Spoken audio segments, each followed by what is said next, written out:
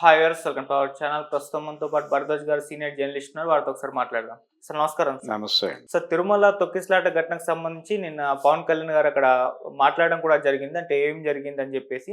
So ఆయన అధికారులే మొత్తం తప్పు, వాళ్ళే వాళ్ళ వల్లే ఇటువంటి తొక్కిసలాట ఘటన జరిగింది. వాళ్ళు కరెక్ట్‌గా స్పందించుంటే ఇటువంటి జరిగేది కాదు. వాళ్ళ నిర్లక్ష్యం కనిపిస్తుంది. వాళ్ళ వల్లే ఇప్పుడు చంద్రబాబు నాయుడు గారికి కూడా చెడ్డ పేరొస్తుంది. అయినా కూడా మేము దీని నుంచి పారిపోవాలని ప్రయత్నించట్లేదు. మేము దీనికి పూర్తి బాధ్యత వహిస్తున్నామని కూడా ఆయన చెప్పుకొచ్చారు సార్. సో పవన్ కళ్యాణ్ గారి కామెంట్స్‌ని ఏ విధంగా చూడొచ్చంటారు సార్? అంటే అధికారుల మీదకి నెపాన్ని నెట్టేసేటువంటి ఒక ప్రయత్నం జరుగుతోంది అని అధికారుల సంఘాలు ఆరోపించే అవకాశాలు ఉన్నాయి. అవును. వైసీపీ ఆల్రెడీ ఆరోపించింది సార్. వైసీపీ ఆరోపించడం వేరు. అధికారులకి సంఘాలు ఉంటాయి కదా విడిగా. ఓకే. గెజిటెడ్ ఆఫీసర్స్ సంఘం ఉంటుంది, నాన్ గెజిటెడ్ ఆఫీసర్స్ సంఘం ఉంటాయి. వాళ్ళు నోరు తెరిచి మాట్లాడటం మొదలు పెడితే ఇది ఒక కాన్ఫ్లిక్ట్ కింద మారుతుంది. అంటే ఉద్యోగుల మీదకి నెట్టేయటం అనేది ఎంతవరకు సబబు అనేది చూడాలి. అంటే వైకుంఠ ఏకాదశి, వైకుంఠ ద్వార దర్శనము, ఈ ఐడియాలజీని ప్రమోట్ చేసింది అధికారులేనా అంటే అక్కడ టీటీడీ ఉంది, టీటీడీ చైర్మన్ ఉన్నాడు. ఆ చైర్మన్ గారు ఆఫీసర్ కాదు, ఆయన్ని నామినేట్ చేశారు ఆ పదవిలోకి. టీటీడీ బోర్డు కూడా అదే పరిస్థితి. కాబట్టి వీళ్ళు చెప్పిందే వినాల్సి వస్తుంది. అధికారులు సలహా చెప్తారు, ఇది ఇలా కాదు, ఇలా జరిగితే బాగుంటుంది అని. మీకు ఒక విజన్ ఉండాలిగా ముందు. ఆ విజన్ ఇవ్వాల్సింది ఎవరు? టీటీడీ నుంచి రావాలి. మనం వైకుంఠ ద్వార దర్శనము అంటున్నాము, దీనికి సంబంధించి ఇంతమంది ప్రజలు వచ్చే అవకాశం ఉంది. ఆల్రెడీ వచ్చిన తర్వాత అయినా మీకు ఒక ప్రిడిక్షన్ ఉండాలి కదా. ఇంతమంది జనం వచ్చేసారు కాబట్టి ఆల్రెడీ ఉన్నారు. అక్కడ ఉన్న వాళ్ళని ఎలా ఆర్గనైజ్ చేయాలి అనే దానికి సంబంధించి మీకు ఒక ప్లాన్ ఉందా? ఎవరికీ ప్లాన్ లేదు. ప్లాన్ లేకుండా అలా కూర్చున్నారు. జనాలను అక్కడ పెట్టుకుని కూర్చుని ఉండగా ఒక డోర్ ఏదో ఓపెన్ అయితే వాళ్ళంతటి వాళ్ళు భక్తి ఆవేశంలో ఉంటారు. జనాలు భక్తి అనేటువంటిది ఒక మూడు, ఒక ఎగ్జైట్మెంటు, ఆ రెండిటి కలయికతో ఏర్పడేటువంటి ఒక ఉన్మాద స్థితిలో ఉంటారు వాళ్ళు. ఈ ఉన్మాదము అనే మాట వాడటం తప్పే కావచ్చు, కానీ వాళ్ళ స్థితి అదే. ఈ భక్త్యావేశములో ఉన్నటువంటి వారిని కంట్రోల్ చేయటం చాలా కష్టం.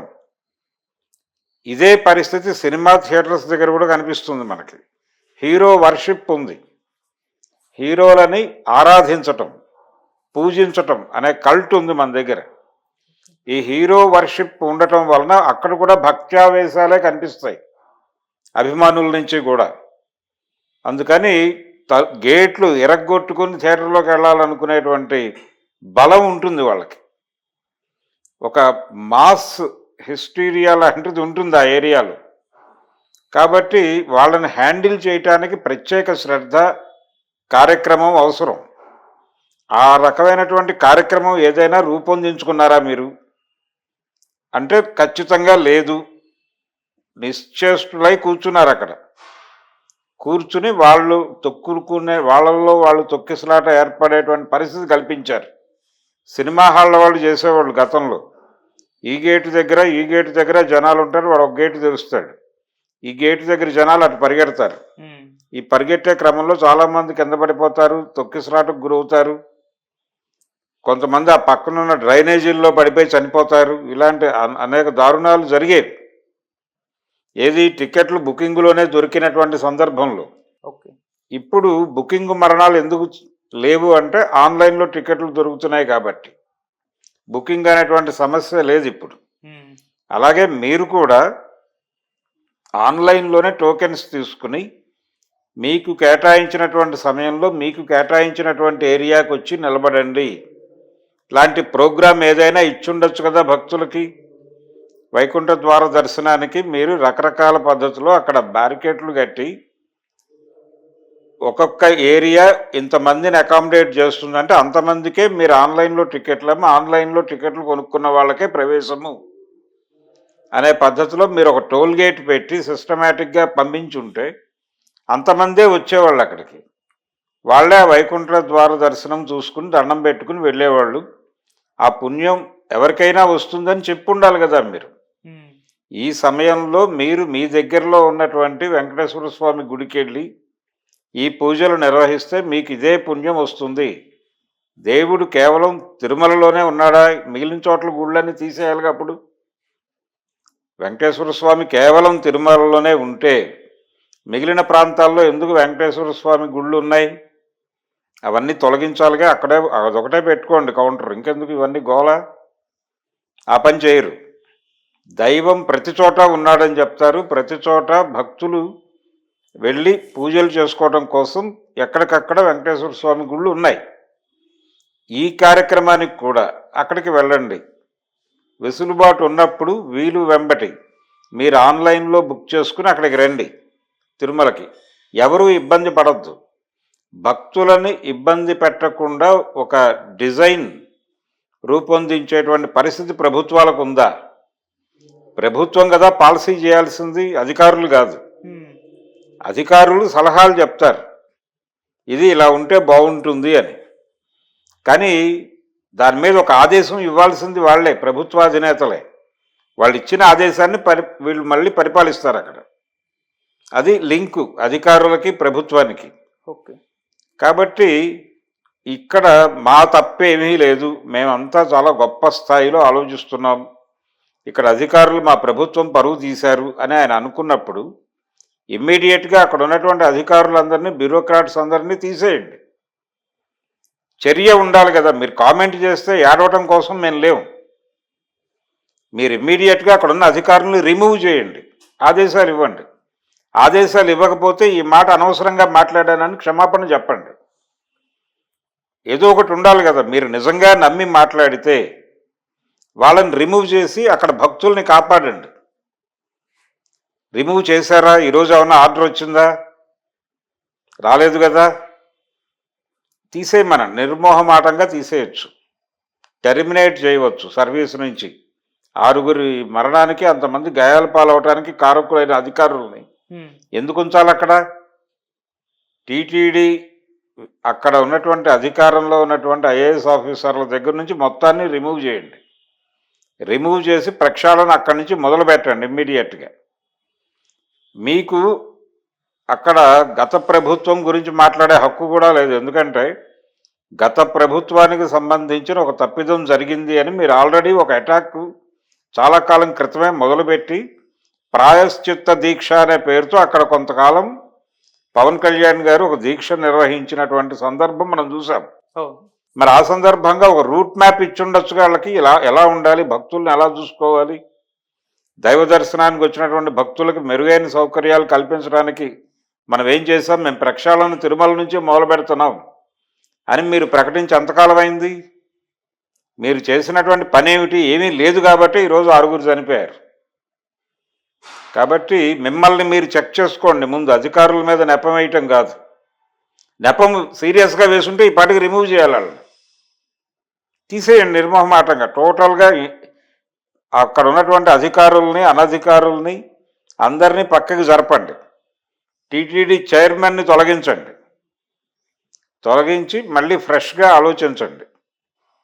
ఎవరు అక్కడ ప్రాపర్గా వర్క్ చేయగలరో వాళ్ళనే పెట్టుకోండి. ఎవరు చెయ్యరో వాళ్ళని తీసేయండి. ఓకే. ఎవరి వలన పనులు కావడం లేదో వాళ్ళని క్షమించకండి. అప్పుడు అంటే మీకు అక్కడ భక్తుల భద్రత ముఖ్యం. ప్రభుత్వానికే కాదు, టీటీడీకి కూడా అదే ముఖ్యం. భక్తుల భద్రత కోసమే ఆ వ్యవస్థ ఉంది అక్కడ. ఆ భక్తుల భద్రత గాలికి వదిలేసినప్పుడు ఇంకెందుకు మీరు అక్కడ?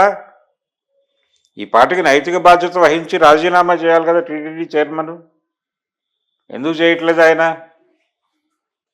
చంద్రబాబు నాయుడు గారు ఎందుకు అంత కూల్గా మాట్లాడాడు నిన్న ప్రెస్ మీట్ పెట్టి? పవన్ కళ్యాణ్ ఎందుకు అంత అగ్రెసివ్గా మాట్లాడుతున్నాడు? అంటే చంద్రబాబు నాయుడుకి కొంత జీర్ణం అయింది అక్కడ పరిస్థితి. ఇంకొకటి ఏంటంటే అక్కడ పోలీసు యంత్రాంగం కానీ భద్రతా వ్యవస్థ కానీ బలంగా లేదు. అంటే ఇలాంటి పరిస్థితి ఉత్పన్నమైతే హ్యాండిల్ చేయటానికి తగిన బలగం లేదు అక్కడ. దానికి తప్పెవరిది? అందరిది తప్పు ఉంది. అంటే ఇలాంటి వేవ్ ఉంటుంది అనేది ఎక్స్పెక్ట్ చేయకపోవడం నీ తప్పు. ఓకే. కనుల ముందు కనిపించినా కానీ తృణీకరించడం నీ తప్పు. అందుకు కదా బాధ్యత వహించాలన్నది. అందుకు బాధ్యత వహించి మీరు చేయవలసింది ఏమిటి, ఇమ్మీడియట్గా ప్రక్షాళన చేయండి. టోటల్గా టీటీడీ వ్యవస్థని ప్రక్షాళన చేస్తామని మీరు చాలా కాలం క్రితం చెప్పారు. అది జరగలేదని ఇప్పుడు అర్థమైంది, మీ వల్ల కాదనే విషయం కూడా అర్థమైంది. ఓకే. ఇంకెందుకు ఈ మాటలు, అధికారులు తప్పు చేశారు, లేకపోతే వాడు తలుపు తీసినటువంటి వాడు తప్పు చేశాడు.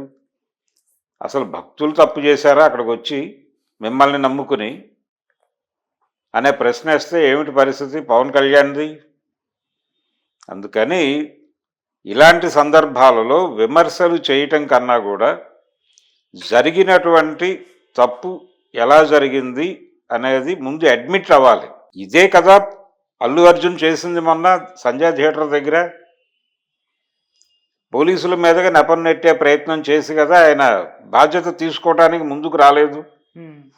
రాకపోవడం వలన కదా నష్టం సంభవించింది. తర్వాత ఆయన పోలీసు విచారణలో తప్పు జరిగినటువంటి తీరుని ఎస్టాబ్లిష్ చేసి చూపించిన తర్వాత మాత్రమే అంగీకరించాడు. అవును, మా లోపం కూడా ఉంది అని ఆయన అంగీకరించినట్టుగా బయటకు వార్తలు వచ్చాయి. అంగీకరించాడో లేదో మనకు తెలియదు. ఇది కండిషన్. ఈయన కూడా అదే చేస్తున్నాడు దాదాపు. ఆ రోజు అల్లు అర్జున్ ఎలాగైతే పోలీసుల మీదకి నెట్టాడు, అదే పద్ధతిలో అధికారుల మీదకి నెట్టేసి పైగా చంద్రబాబు నాయుడు గారిని అన్పాపులర్ చేయడానికి అధికారులు కుట్ర పనిన లెవెల్లో మాట్లాడుతున్నాడు ఆయన. మరి ప్రభుత్వ వ్యతిరేక చర్యలకి పాల్పడుతున్నటువంటి అధికారులను మీరు ఎందుకు ఉంచుకోవాలి అక్కడ? ఇమ్మీడియట్గా తీసేయాలి కదా. ఈ మాటలకి ఆల్రెడీ రియాక్షన్ మొదలై ఉండాలి అక్కడ అధికారుల నుంచి, అధికార సంఘాల నుంచి. ఆ రియాక్షన్ ఖచ్చితంగా ఉండాలి. ఉంటే మాత్రమే వాళ్ళకి అర్థమవుతుంది. నెపం ఏది జరిగినా కానీ ఎవరో ఒకళ్ళ మీద వేసేయటం అనేది ఒక ప్రోగ్రామ్గా జరుగుతోంది. ఎందుకు వెళ్ళారు మీరు అక్కడికి? మీ బాధ్యత లేనప్పుడు మీరు ఎందుకు వెళ్ళాలి అక్కడికి? ఉండొచ్చు కదా, అక్కడ మీ కార్యాలయంలోనే మీరు కూర్చుని మాట్లాడవచ్చు కదా. వెళ్ళకపోతే వెళ్ళలేదు అంటారు కాబట్టి వెళ్ళాడు ఆయన. అంతకు మించి ఏమీ లేదు అక్కడ. వెళ్ళిన తర్వాత ఆయన చేసినటువంటి ప్రకటన చాలా, అంటే అనవసరమైన విషయాలు చాలా మాట్లాడాడు ఆయన. ఈ అనవసరమైన విషయాల మీద ఉపన్యాసాలు చెప్పడం మానేసి అవసరమైన విషయాల మీద అవసరమైన మేరకు మాట్లాడితే మంచిది. ఓవర్ స్టేట్మెంట్స్ ఇవ్వటం వలన అనవసరమైనటువంటి ఇబ్బందులు కొని తెచ్చుకోవడమే అవుతుంది. చంద్రబాబు గారు ఈయన్ని మెచ్చుకుంటాడో లేదో కానీ ఈయన కామెంట్ చేసినటువంటి అధికారులు అయితే నొచ్చుకుంటారు కదా. వాళ్ళని నొప్పించే, ఇప్పుడు పైగా అధికారులను ఫైర్ చేసిన వాడు గొప్ప నాయకుడు అనే ఒక అభిప్రాయాన్ని ప్రజలలో పాదుగొల్పినవాడు చంద్రబాబు నాయుడు. ఏది, ఆయన జన్మభూమి కార్యక్రమంతో రోడ్ల మీదకి అధికారులను తీసుకొచ్చి, ఏమమ్మా మీకు ఇక్కడ ఈ చెత్త తీయట్లేదా అంటే 15 రోజుల నుంచి ఎవరు రావట్లేదండి అని చెప్తారు అక్కడ జనాలు. ఎవరిక్కడ మున్సిపల్ కమిషనరు అంటాడు ఆయన. సార్ నేనే అంటాడు. వెంటనే అక్కడ డిస్మిస్ అని చెప్పి ఒక ఆర్డర్ వచ్చేస్తాడు ఆయన. దీన్ని ఉదాహరణగా తీసుకునే ఒక్కొక్కటి సినిమాలో ఆయన శంకర్ గారు పెట్టాడు. అర్జున్ ఇది ఎవరి వల్ల కాలేదు అనగానే వెంటనే ఒక టైప్ మిషన్ మీద వీడి సస్పెన్షన్ ఆర్డర్ టైప్ అయిపోతుంది. ఆయన అక్కడే సంతకం పెట్టి ఆడి చేతిలో పెట్టేస్తాడు. ఈ లెవెల్లో మీరు అనుకుంటే ఎలాగా? ఈ లెవెల్లో ఉండాలని కదా మీ ఉద్దేశం, చేయండి అది. అలా అధికారుల్ని టార్గెట్ చేయటం ప్రతి చోట అధికారుల్ని టార్గెట్ చేసి వాళ్ళని పబ్లిక్ ముందు అన్పాపులర్ చేసి తద్వారా తన క్రెడిబిలిటీని పెంచుకునే ప్రయత్నం చంద్రబాబు నాయుడు గారు జన్మభూమి కార్యక్రమంలోనూ జన్మభూమి సభల సందర్భంగానూ చేశాడు. దాని మీద అధికార సంఘాల నుంచి తీవ్రమైన నిరసన వచ్చింది. గుండెపోటుకు గురై అధికారులు చనిపోయిన సందర్భం కూడా జరిగింది అప్పుడు. ఒక్కసారి ఆ రోజులు గుర్తు చేసుకుంటే మంచిది పవన్ కళ్యాణ్ గారు. అందుకని తొందరపడి మాట్లాడకుండా కొంచెం సంయమనం, అందరం బాధ్యత తీసుకుందాం. అల్లు అర్జున్ ఏం మాట్లాడి ఉండాల్సింది ఆ రోజున సంజయ్ థియేటర్ దగ్గర? జరిగింది ఘోరమే, ఇమ్మీడియట్గా వెళ్దాం పదండి అని పోలీసులతో పాటు వెళ్ళి వాళ్ళ పర్యవేక్షణలోనే ఆ డెడ్ బాడీ దగ్గర నివాళులు అర్పించి వాళ్ళతోనే అతని దగ్గరికి వెళ్ళి ఆ పిల్లవాడి దగ్గరికి వెళ్ళి శ్రీతేజ్ దగ్గరికి అతన్ని పరామర్శించి అతనికి ఇమ్మీడియట్గా అక్కడే సహాయ కార్యక్రమం ప్రకటించి ఇమ్మీడియట్గా మంత్రిని కలిసి ముఖ్యమంత్రిని కలిసి పరిస్థితి వివరించి మీరు కలిసి చేద్దాం అని ఒక ప్రతిపాదనతో వెళ్ళుంటే అయిపోయేదిగా ఆ రోజునే సమస్య. అది చేయకుండా తప్పు ఎవరి మీదో నెట్టబట్టి కదా అందరూ అతన్ని కార్నర్ చేశారు. మర్నాడు పోలీస్ డిపార్ట్మెంట్ ఎందుకు ప్రెస్ మీట్ పెట్టి వీడియో ప్రదర్శన చేసింది? ఈయన నెపం మన మీద నెడుతున్నాడు అని కదా. ఈ రోజున పవన్ కళ్యాణ్ అధికారుల లోపం తప్ప ప్రభుత్వానికి ఏం సంబంధం లేదు అన్నాడు. అదే కదా అందాయన. రేపు పొద్దున అధికారులందరూ ఏం జరిగింది 15 రోజుల నుంచి ప్రొసీజరల్ ప్రోగ్రాము అని చెప్పి సోదాహరణంగా అలాగే వీడియో ఇవన్నీ దగ్గర పెట్టుకుని సాక్ష్యాధారాలు వాళ్ళు ఒక ప్రెస్ మీట్ పెట్టి దాడి చేస్తే ఏంటి పరిస్థితి ప్రభుత్వాన్ని? వాళ్ళు చెయ్యరు అనే కాన్ఫిడెన్స్తో మాట్లాడాడు ఆయన. అక్కడ పోలీస్ డిపార్ట్మెంటు అల్లు అర్జున్ కంట్రోల్లో లేదు, కానీ ఇక్కడ అధికారులు ప్రభుత్వం కంట్రోల్లో ఉన్నారు. సో వీళ్ళు నోళ్ళు తెరవరు అనే కాన్ఫిడెన్స్తో కదా ఆయన మీదపడి దాడి చేశాడు. కాబట్టి ఇది ఖచ్చితంగా ఇబ్బందికరమైనటువంటి పరిణామం. అయితే రియాక్ట్ అవ్వాల్సిన పద్ధతి ఇది కాదు. ఇమ్మీడియట్గా అక్కడ ఏమిటి జరిగింది అనేది అందరితో కలిసి మాట్లాడి బయటకి ఒక విషయం చెప్పాలి. మీరు జరిగింది దానిలో మాలోపం కూడా ఉంది నిర్వహణకు సంబంధించి, దీన్ని గుణపాఠంగా తీసుకుని ఫర్దర్గా ఇలాంటివి జరగకుండా మేము చర్యలు తీసుకుంటాము. ఇదిగో ఇది వ్యవస్థ, మేము ఇలాంటివి జరిగినప్పుడు ఆన్లైన్లో అమ్మేస్తాము, వాళ్ళకి స్లాట్లు ఇచ్చేస్తాం, స్లాట్ల ప్రకారం అకామిడేట్ చేస్తాం, ఇలాంటిది ఏదో ప్రోగ్రామ్ డిజైన్ చేసా, డిజైన్ చెప్పండి సరిపోతుంది. అది నిర్మాణాత్మకం. ఎవడో ఒకడి మీద నిందేసి ఇంటికి వెళ్ళిపోతే పని అయిపోయింది అనుకుంటే ఎట్లాగా? మీకేం చిత్తశుద్ధి ఉందని అనుకోవాలి? మీరు ప్రాయశ్చిత్త దీక్ష చేసినప్పుడు తిరుమల నుంచి ప్రాయశ్చిత్తం మొదలుపెట్టాం, తిరుమల నుంచి దిద్దుబాటు మొదలుపెట్టామని మీరు మీ ముఖ్యమంత్రి గారు గగ్గోలు పెట్టినప్పుడు ఈ రాబోయే పండగలేమిటి? కొండకి పోటెత్తే జనాలు ఏ లెవెల్లో వస్తారు? పైగా చంద్రబాబు నాయుడు గారు నిన్న ప్రెస్ మీట్లో ఒక దారుణమైన స్టేట్మెంట్ ఇచ్చాడు. ఈ మధ్యకాలంలో వెంకటేశ్వర స్వామికి భక్తుల సంఖ్య విపరీతంగా పెరుగుతోంది, జాతీయ అంతర్జాతీయ స్థాయిలో భక్తులు పెరుగుతున్నారు, అందుకని ఈ ఫ్లోట్ ఏర్పడింది అని ఒక సిద్ధాంతం చేశారు వారు కూడా. భక్తి పెరుగుతోందా లేదా అన్నది వేరే గొడవ. అక్కడికి భక్తులు వస్తున్నారనే విషయం మీకు తెలియాలి కదా. మీ కింద చెక్ పోస్ట్ నుంచి దాటుకుని కదా వాళ్ళు వస్తుంది. ఎన్ని లక్షల మంది పైకి వస్తున్నారు, ఎన్ని వెహికల్స్ వస్తున్నాయి అనేది మీ దగ్గర కౌంట్ ఉంటుంది కదా. నిద్ర నటిస్తే అలాగా? ఆ వచ్చిన వాళ్ళని కంటితో చూశాకైనా మీరు ఏర్పాట్లు మొదలు పెట్టాలి కదా ఇమ్మీడియట్గా. వాళ్ళలోకి వెళ్ళి వాళ్ళని విడగొట్టేసి కంపార్ట్మెంటలైజ్ చేసి అక్కడ రద్దీ లేకుండా ఏం చేయాలో ఆ పనులు ఇమ్మీడియట్గా మీరు మొదలుపెట్టి ఉంటే వాళ్ళ యాక్టివిటీలో ఉండేవాళ్ళు కదా.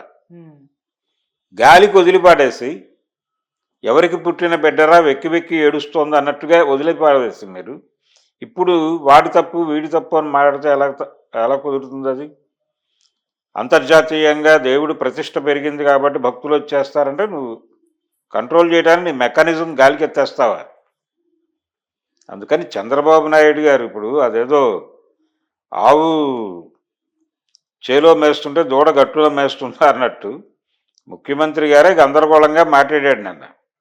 ఉప ముఖ్యమంత్రి గారు దాన్ని మించిన గందరగోళంతో మాట్లాడాడు. అంతకు మించి ఆయన వ్యాఖ్యలకి ప్రాధాన్యత ఉందని నేనైతే అనుకోవడం లేదు. ఒకటి అర్థమైంది, బాధ్యత తీసుకోవడానికి వీళ్ళు సిద్ధంగా లేరు అని. అంటే తమని తాము రెక్టిఫై చేసుకోరు, వీళ్ళు ప్రక్షాళన చేసుకోరు, అలాగే ప్రాయశ్చిత్తం చేసుకోరు. ప్రాయశ్చిత్త దీక్షలు మాత్రం ప్రపంచం మీదకి, ప్రపంచాన్ని తిట్టడానికి చేసేస్తారు. ఓకే సార్, అది పవన్ కళ్యాణ్ కథ.